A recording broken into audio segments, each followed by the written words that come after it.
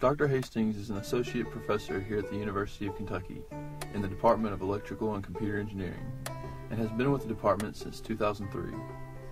He received his master's in electrical engineering at Purdue University and went on to get his PhD at MIT in 1998. It was at MIT where he worked in nanostructures research lab and became particularly interested in the subject. I know you've been researching in nanostructures since you were getting your PhD, I guess. Right. What got you interested in nanostructures specifically, and got you, I guess, still dealing with it today? Was it interesting enough? Yeah, I think there were several things that led to that. So I had a strong interest in microelectronic devices at first, and understanding how to make integrated electronics, and particularly integrated optoelectronic devices, things that involve light as well as electricity, better. And what I started to learn after a couple of years in that field is that there are all these other applications areas that can benefit from the technology and infrastructure that's developed around semiconductor electronics over the years. Dr. Hastings heads the Hastings Research Group, which boasts several projects and publications ranging from electron beam lithography to biological and chemical sensors.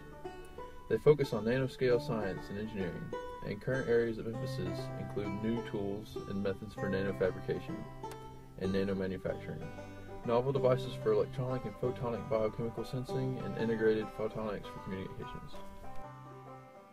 So the group really breaks down into two parts. There's one side of the group that's working on optical sensing technology, so essentially measuring things with light. And then the other side of the group is working on new nanofabrication methods, essentially how to make really small things that often go into building these sensors. Dr. Hastings' research is very practical. So in what ways does it affect the world? Another part of the optical sensing is we're developing microscale, not nanoscale, implantable devices for pressure measurement in the eye. Here we're working with the Department of Ophthalmology at UK to do that, and this is specifically to improve treatment of glaucoma and reduce vision loss in those patients. The Hastings Research Group not only develops ideas for the field of sensors, but also how to actually build them. They employ two main techniques. In the first, using electron beams to build nanoscale structures, using the electron beam to add or remove materials at the nanoscale level. The other is to use a scanning probe and an atomic force microscope as a fabrication tool. Electron beam-based systems are notoriously complex and expensive. They have to operate in a vacuum. They usually require very well-controlled facilities in terms of temperature and vibration and all of these kind of things. And so one alternative is to use something called a scanning probe or atomic force microscope as a fabrication tool. This is a technique that's been around for a long time in order to image very small things. And it's shockingly simple in its concept, if not its implementation.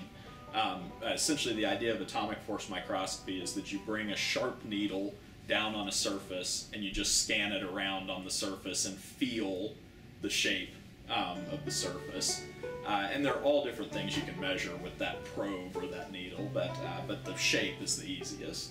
And the idea is, and a number of people have had the same idea, that if you can image that surface, you could also make things with the probe, and that could be as simple as scratching something into the surface, or much more complex. And so one project that we've had is trying to use that sharp probe tip to directly deposit the materials we want, things like gold and silver, often metals, and then to also do almost the equivalent of nanoscale welding, to use the tip heated up, usually by a laser, to melt the materials together in the way we want them to be.